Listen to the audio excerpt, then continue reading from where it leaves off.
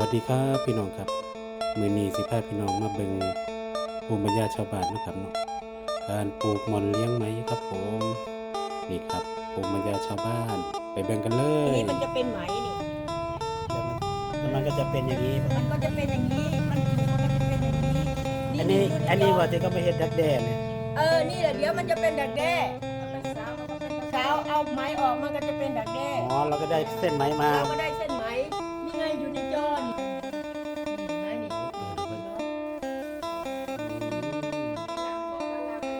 ลังไหมบ้านลังไหมเป็นแหน่พี่น้องนี่นี่เรื่องตัวมอนนี่จากอันนี้หักก็เอิญแพงมอน อันนี้เลื่อนมอนอันนี้เราเล่ากันได้เนาะ ก็เอิญแพงมอนค่ะแพงมอน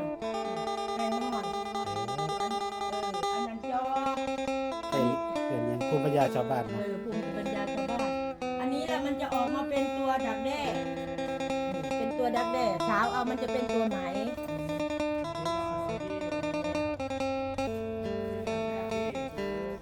ปิดไว้ได้คือหยังกันยุ่งบ่อันนั้นที่สิลงมากินโยกปีกันบ่ปีไหวสุดยอดพี่น้องอันนี้ละตัวภูมิปัญญาชาวบ้านทำไม้ทำไม้ให้ใส่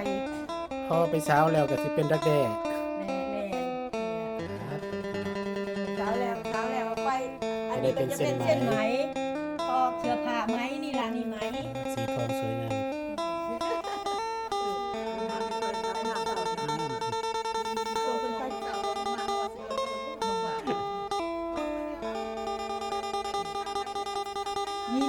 นี่ตัวมันสุกนี่มันจะทำไหมแล้วนี่มันจะทำรังทำเป็นเส้นไหมเนาะอันนี้จะเป็นไหม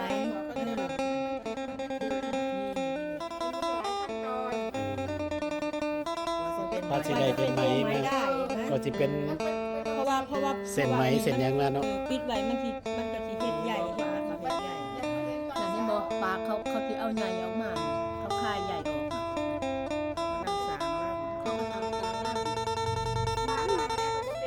ในคอนเทนต์ยังกันอยู่ไปหาอยู่มาซะเขาว่าสิโทรต้นเขาบ่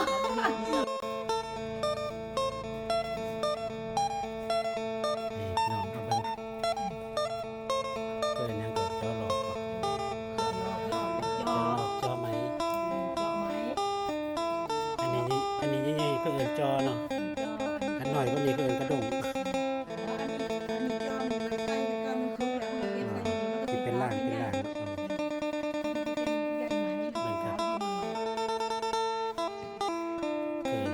ภูมิปัญญาชาวบ้านนี่ในภูเขาภูเจ้า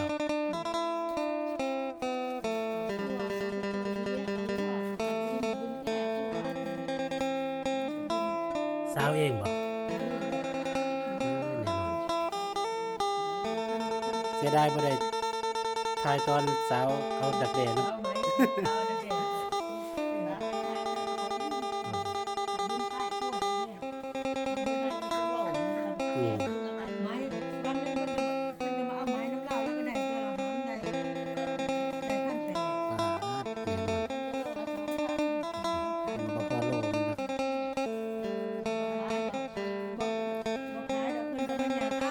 ไม้นี่โลละ 2,000 สุดยอดเบิ่งแน่เด้อผู้ใดว่าไม้แพงไม้สินไม้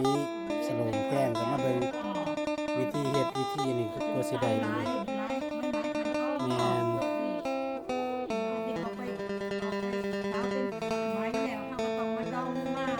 มาพอกนี่ว่าเพิ่นไม้ดองเนาะ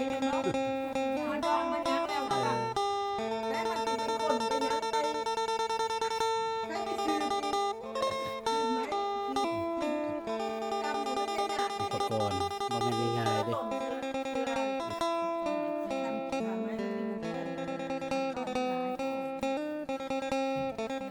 มิปัญญาชาวบ้านอันนี้คืออยู่บ้านน้องมาตำบลน้องมาอำเภอโพธิ์ศรีสุวรรณจังหวัดศรีสะเกษยังมีเห็ดอยู่หาเบิ่งยากแล้วที่สุด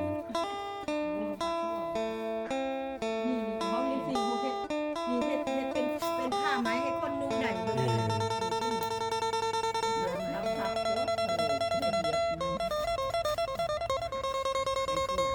เสื้อสีใดเนาะ ทำไมมีไข่ห่อนก็ได้ไข่หนาวก็อุ่นหนาวก็ได้อุ่นได้ เฮ็ดเป็นเสือเนาะสมัยก่อนนะก็ยังเป็นสีดำๆเนาะเสือยอมมะเกลือเนาะโอเคขอบคุณครับวิถีชีวิตวิถีภูมิปัญญาชาวบ้านพี่น้องครับ